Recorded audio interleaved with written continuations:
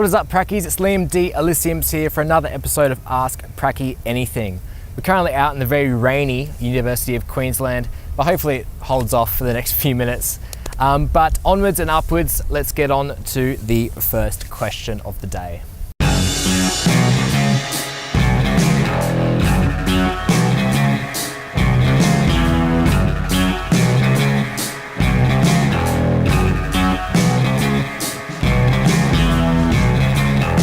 What is the best way to approach teacher job interviews?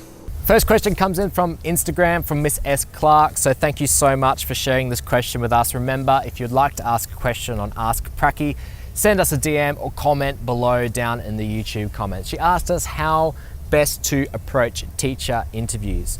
Now, this is obviously a very, very important question, especially for young teachers going out into the field getting jobs. But I've only been in kind of one or two of these situations myself, so I wouldn't feel like I had the right knowledge. I can give you a few tips, but what I'll do for this question is I'll make a Prac Teacher 101 episode solely on it because I think it's that important. And then what I'll do is go out to different educational experts and get their opinions, both from the people that would hypothetically be on the panel and also from the people that would be interviewed. So I think their advice and opinions would be a lot more valuable. What I'll say personally about it is I think what is really good for my cover letter that got me in the door was I'd separate it into the 3 distinct skills that I have. And instead of just saying your experience kind of A to Z, dot to dot, it's quite boring. Whereas if you kind of go, and if you go down onto the ethos of the school, let's say one of their major pillars is responsibility. They want their teachers to take responsibility of their classes. That comes up a lot in their little ethos statement. You can kind of talk about your experience through that, if that makes sense. So you could say experience, or in the cover letter, you could say responsibility. I had responsibility as a leader team member at the cafe I worked at, or something like that. And instead of just giving your experience in kind of a boring manner, saying I worked at a cafe in 2011, it kind of makes it a lot more relevant because what is working at a cafe, how's that going to help you actually be a teacher in a school? Whereas if you go, it's taught me responsibility, which I can then use in a classroom as a teacher and kind of frame that through the things that they find valuable as a school, it makes your whole CV just flow a lot better and makes it really tailor-made to that particular school, which will get your foot in the door a lot better if you just say, I worked at Coffee Club. How best do I use technology in my classroom? So this question is, how best do I use technology in the classroom? It is quite hard because technology is coming from just being a fad to actually being integrated in everyday classroom pedagogy. And it's hard to separate things from a few years ago when technology was kind of shoved in left, right, and center into every single activity almost just for the sake of it. Whereas now it's kind of advanced a bit more, whereas now you can kind of use it a lot more effectively. So when I was at school, technology in the classroom was really just vamping up.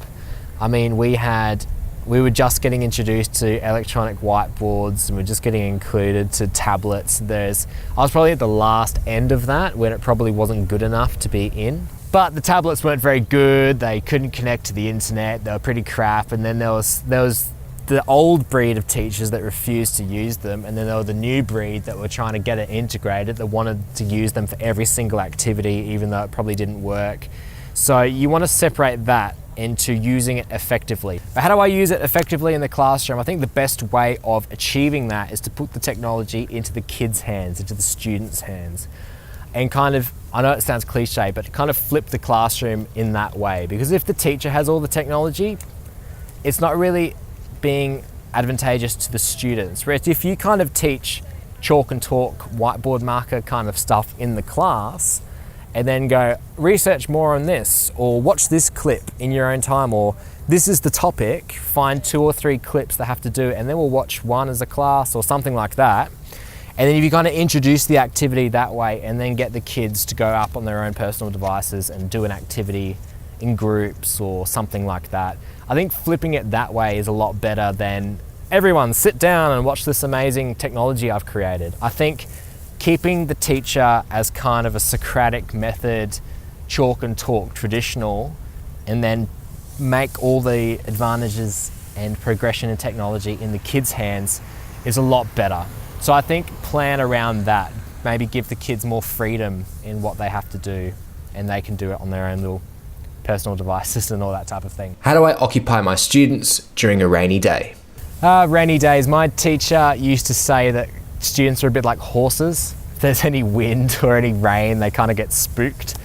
The other day in my school, it was raining, and it was about 10 minutes before I had to get the kids to bed because it was the borders.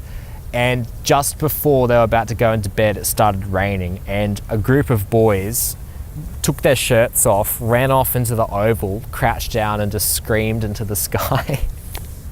So rain is a teacher's worst enemies at times, but there are some things, it's good to have like a few activities in your back pocket for when it starts pissing down with rain to kind of get the kids involved and keep them occupied until that bell goes, or if it's at lunch or something like that. A lot of the times, if it's at lunch, I would say let the kids entertain themselves. They've got their own tablets. And actually, the school, it was raining and they played that chopsticks game. They were grade 9, 8 or 9. So if it's raining and they're finding their own ways of entertaining themselves, I think let them go. It's less stress on you. And plus, if you join in, you're kind of like that old dad that's like, hey kids, and they'll hate your guts.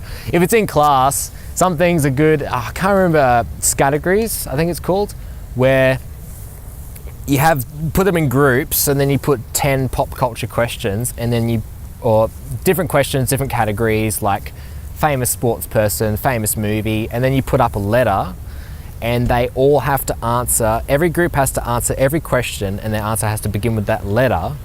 But if their answer if their answer is the same as another group's, it doesn't count. So they have to come up with like obscure answers beginning with that letter. That's just one little practical activity and they go nuts for it. But you can do little other things like quizzes or, I know watch a video is a bit cliche, or Kahoot. They go nuts for Kahoot. Is that like a live quiz game? But there's tons of teacher resources and you can go check on Instagram or Google it. And there's tons like little activities. I think traditional party games, but the questions are directed to the content is really good. Like if you do a pop quiz and then like every 5th question is about the text that you're reading at that time, and then make it competitive. Anything competitive is amazing. Kids love beating each other. So if you have little groups and do like an activity where they're versing each other, they find that amazing. So I think different types of things, getting them involved, getting them answering questions and ultimately versing each other is good as gold. Thank you so much for watching. It's Liam D. Auliciems here for another episode of Ask Prac-E Anything. Remember, if you'd like to ask a question, DM us on Instagram, comment below in the YouTube comments, or send us an email. Our email address is down below. Thank you so much for watching, and I'll see you next time.